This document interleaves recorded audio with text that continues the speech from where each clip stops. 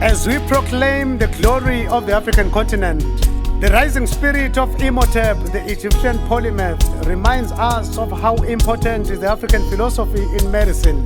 It reminds us of how important is the African philosophy in astronomy. It reminds us of how important is the African philosophy in physics. It reminds us of how important is the African philosophy in mathematics.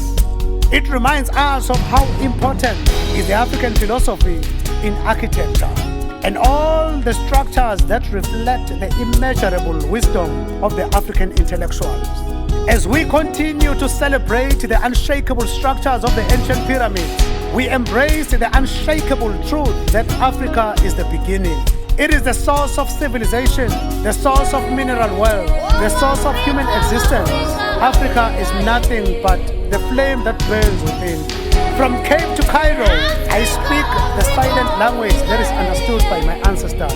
Morocco to Madagascar, I sing the muted song that is heard beneath the surface of the earth. In my dreams, I have traveled the world and I have seen the power of African women whose role in the struggle for liberation continues to revive the ancient spirits. And that can be read in the women's liberation and the African freedom struggle. Sankara, oh Sankara.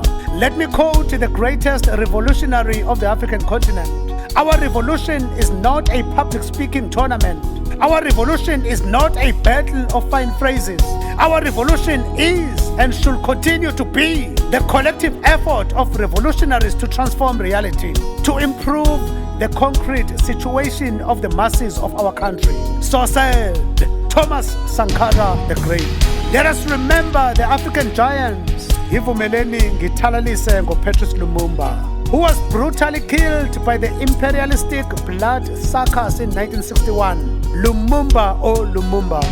While revolutionaries as individuals can be murdered, you cannot kill ideas. Let us remember the giants of the Black Continent: Amilcar Cabral, Kwame Nkrumah, Samora Machel, Julius Nyerere, Haile Selassie, Marcus Garvey. Yes, let us remember the ancient greats. As we celebrate in one spirit, we have to remember the words of Marcus Garvey. The black skin is not a badge of shame, but rather a glorious symbol of national greatness. Yes, let us remember the icons as we celebrate Africa. Let us remember those who died: Nelson Rolihlahla Mandela the Great, Steve Bantu Bonke Biko the Great, Robert Mangaliso Sobukwe the Great. Let us remember, let us remember. Let us remember Christian Bisile-Hani the Great as we continue to celebrate Mother Africa.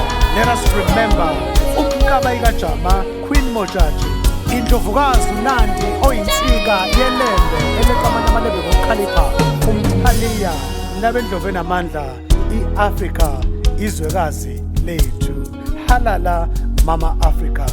Let us remember the unsung heroes and heroines whose blood continue to inspire the African continent.